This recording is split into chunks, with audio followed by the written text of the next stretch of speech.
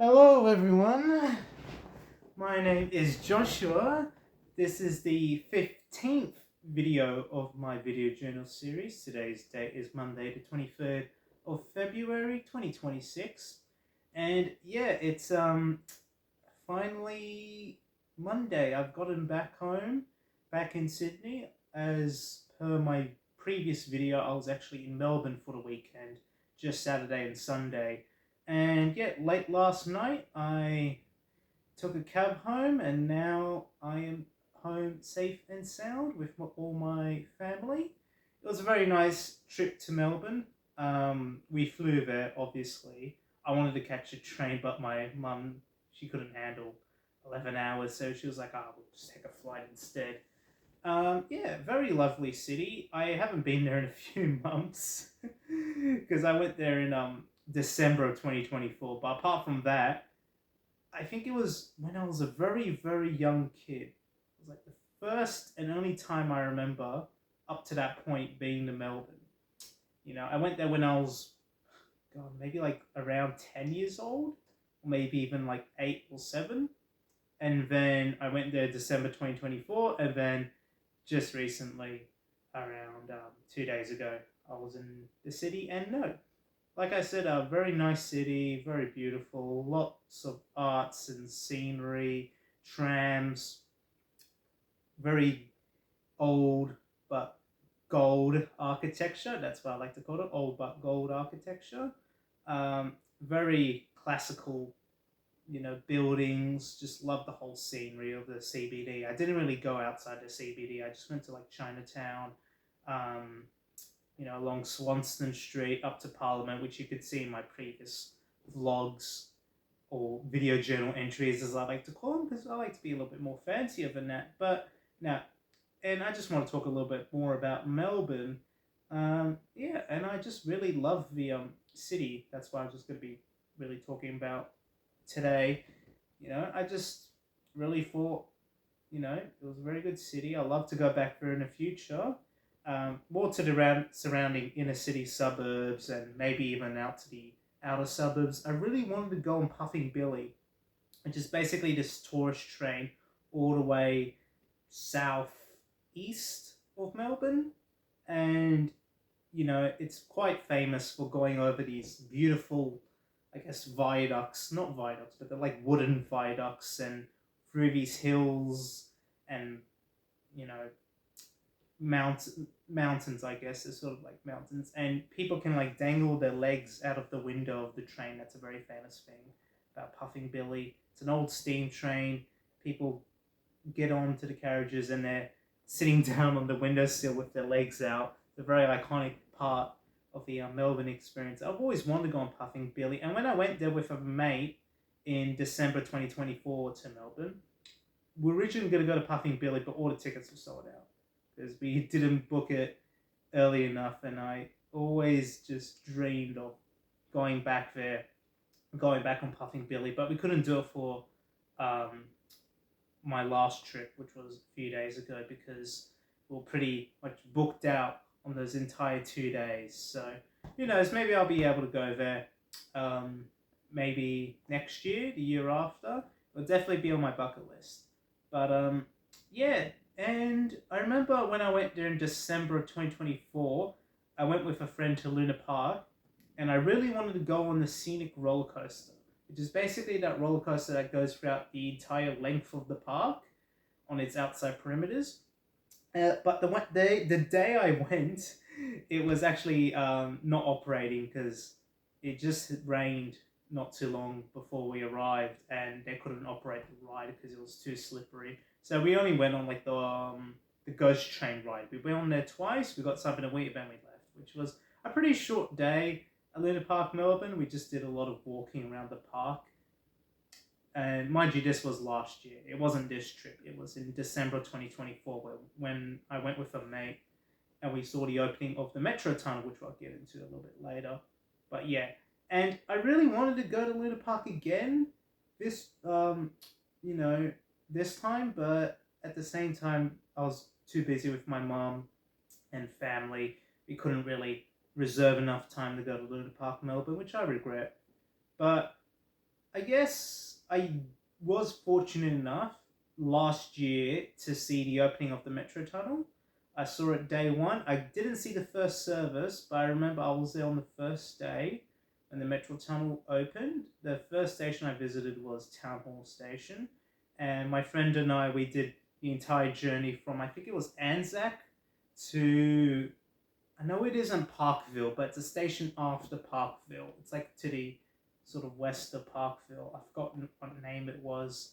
It'll come back to me eventually. But yeah, we rode the entirety of the metro tunnel. We saw a lot of people there. It was a very nice outing. I think I got that on my blog spot, some pictures of that Melbourne trip from December 24. But from the recent one, the more recent one, the one a few days ago as of recording this, um, focusing on that, look, it was beautiful. And it was also Chinese Lunar New Year celebrations. I went actually past Chinatown, and that's where I was going to film my last video journal entry, but it was very loud, and they had like these loud firecrackers going on, and those just like scared me. They just like startled me because I'm very, very loud. Um, and it was very crowded, lots of people. It was very hard to move around. So I was like, you know what, I might just take a walk to Parliament, the Melbourne Parliament building, which is a building I love in Melbourne because it's very, very grandiose, and there's a lot of trams that pass by. And I was like, I'll just take a walk there, film a video journal entry, and that was like my kind of main idea behind it. And I'm really getting used to I guess recording myself on camera. I see that I'm getting a little bit better when it's like fixed setup, like a tripod, which I have here now. Obviously, going out's a little bit of a different sort of situation because I don't have a suitable tripod for that. So I might get one of those selfie sticks, if I do some more traveling. And I really like making these sorts of videos or video journal entries or vlogs or whatever you may call it, just me speaking to a camera. And I really like the remotes, just going out to the city streets, going out to Melbourne, going out to maybe overseas sometime. And I am planning an overseas trip soon. I'm going to keep it a secret, but I am planning one that will hopefully be in around June or July. So yeah, I want to keep these trips as like sort of like a surprise where I go to next. But yeah, so I got plenty of trips, not just the one in June, July, but I got plenty more in the backlog that I want to do, overseas, domestic, and yeah, I'm just gonna buy myself one of those cheap, I guess, selfie sticks. Not like a very long one, so it's annoy people when I walk through crowds, but one where you can capture my face and what's going on. And I like to browse the less sort of busier spots. When I went to Melbourne, I did film a few videos of the Chinese Lunar New Year celebrations that are happening, and I'll upload them to my main channel. Um, but yeah, basically, this, I guess, side channel is me talking to a camera. I have two channels. This one, which is not the PM, and then I got the other one, which is not the Prime Minister. Um, so yeah, this one's more vlog based. The other one's more, I guess, random videos that I find interesting for me to share to you, sort of based. But yeah, I guess more on topic of Melbourne. That was a little bit of a side tangent. More on topic of Melbourne. Yeah, lovely city. We went to I guess this lane. I forgot what it was called. It was that lane with all the graffiti. It wasn't ACDC lane. I regret not going there, but it was this lane near Flinders Street where they had all the graffiti. Very famous spot. I found that pretty interesting. And I remember walking by Flinders Lane, which is that very narrow lane where it has all the shops. Very, very beautiful. I wish we have more of those like lanes in Sydney. That's one thing Melbourne does better than Sydney. It's laneways.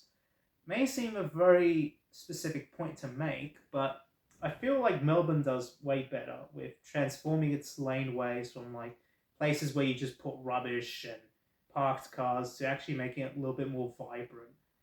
Like actually very much more vibrant than Sydney's laneways, which we have like Spice Alley and you know whatever laneways. I don't know, a few of them, but they're not as like, I guess, as interesting as Melbourne's ones. I feel like Melbourne's ones, you know, they feel narrow, but at the same time they feel so vibrant. Like there's a lot of things going. They have plenty places for seating and shop fronts. Sydney's alleyways, they're just, I guess, they're too small, where you don't feel like there's a big sense of vibrancy. Rather, it's just like, yeah, all these shops are cramped in there, which I don't really mind, but I kind of like how Melbourne does it. The alleyways that they have in the CBD, at least. And all the trams, obviously you got to mention trams. Trams were lovely. Um, and I think in terms of CBDs, this might be a very, very controversial opinion, but I prefer Melbourne in some aspects, or actually in most aspects, Melbourne CBD over Sydney in most aspects. If I was just ticking a box of what I enjoy, um, it most probably win. But at the same time, I feel like Sydney has a lot more going for it. One big thing that I guess sort of keeps me from like, you know, outbalancing Melbourne's CBD over Sydney is that with Sydney CBD, I feel like we do a lot more. I feel like we do a better job at our pedestrian areas than Melbourne. So Melbourne, I guess, like it has pedestrian areas, obviously, but I think Sydney does it a lot better because we got, Pitt Street Mall, Martin Place, George Street, areas which have, little to no cars or roads for cars, and large sections where it's just, no mixed traffic. It's just people walking, large avenues, large plazas. Even the George Street light rail, there's no cars. It's just people and trams. I think Sydney's really up their game with pedestrian areas and zones and walking areas. Melbourne, like, they do have pedestrian zones, but usually it'll be like you have like a tram line, you got maybe a street that's only open to local traffic and trucks and cars. You'll have maybe like a few that go up and down that street, but yeah, it's not like as open as Sydney's ones, if you know what I mean. Because usually they'll have like sidewalks for pedestrians, where Sydney, the whole road's your sidewalk, which I really much enjoy. And, despite me saying Melbourne CBD, I find more appealing and interesting. That's maybe because I lived in Sydney for too long and, maybe I get bored seeing the exact same stuff over and over again. So that's why I went to Melbourne. Everything was like, oh, wow, it's all new and fresh to me. So there might be a little bit of bias in there. But no, I think they're both, obviously great cities. And yeah, what else do I have to say about Melbourne? Yeah, they're introducing a thing, I believe, in Melbourne. Free travel, free public transport travel for under 18s, which I wish we had here in Sydney. And I wish I was, 18 again, or 17 or 16, so I could take advantage of that. But yeah, it's a very nice thing. I remember they had a few advertisements on the trams about it, and that made me think about, back in the day when I went to high school, I used to have this student Opal card that gave me free travel anywhere I went. But I usually just took the bus and to high school. I didn't really go a long distance. It was usually just, a few kilometers and that's it. And what else about Melbourne? More specifically, the trip. No, that's all I really have to say. I wasn't in the city for that long. Wish I was there a little bit longer because, Saturday I went there, Sunday I came back, so I had to fly for 2 days straight. And if you know me, I don't like flying.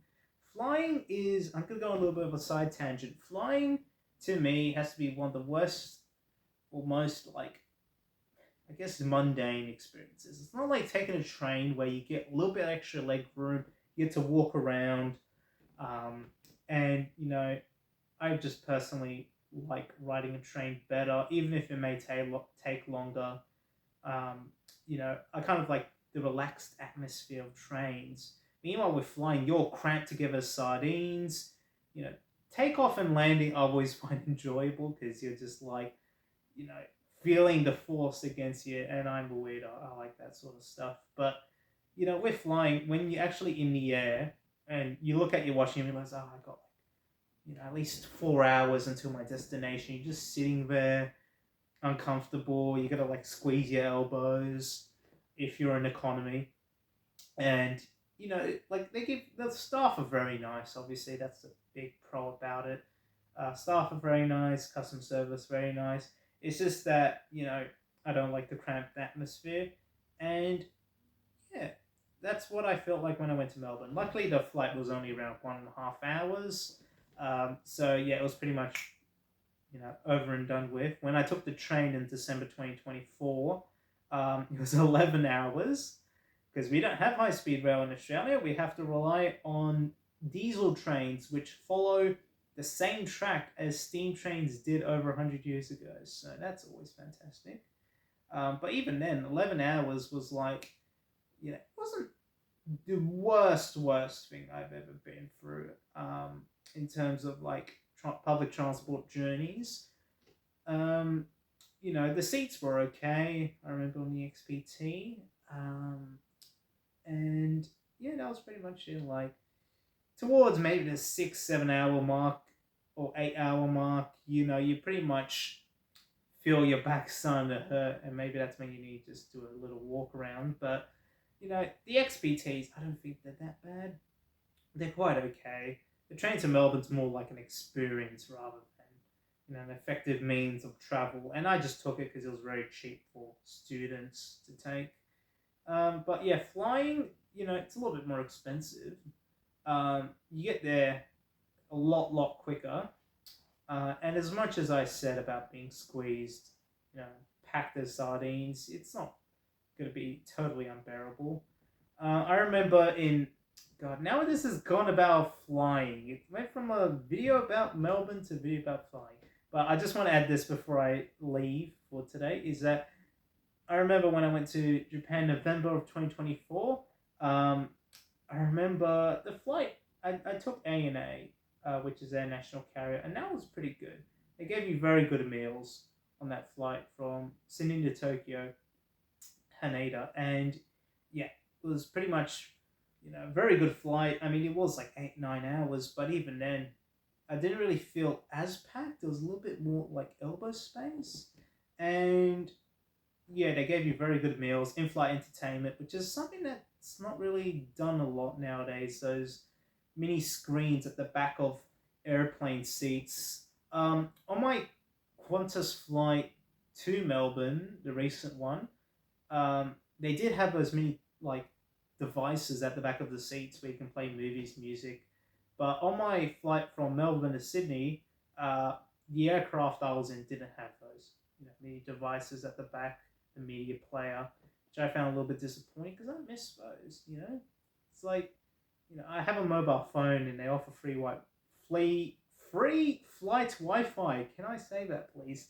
Free flight Wi-Fi, but you know, I kind of miss the magic of being able to touch a screen, watch, you know, all these, I guess, exclusive shows and movies that otherwise I need to get like a, you know, streaming service subscription to watch them. But yeah, so that's, I guess, Melbourne and flying for you, just two in one video. And yet again, I really love doing this series. I want to put a lot more, I guess, time, effort, dedication. And I've definitely felt like I've grown a lot of confidence. It's just a matter of doing and doing again. And you eventually get there. And yeah, I've just got plenty of more things in store ready regarding my travels and wandering around the world and even Australia. I've got plenty more planned and coming. Yeah, and I guess I'll see you all next time. Take care. Have a great one. See you all tomorrow.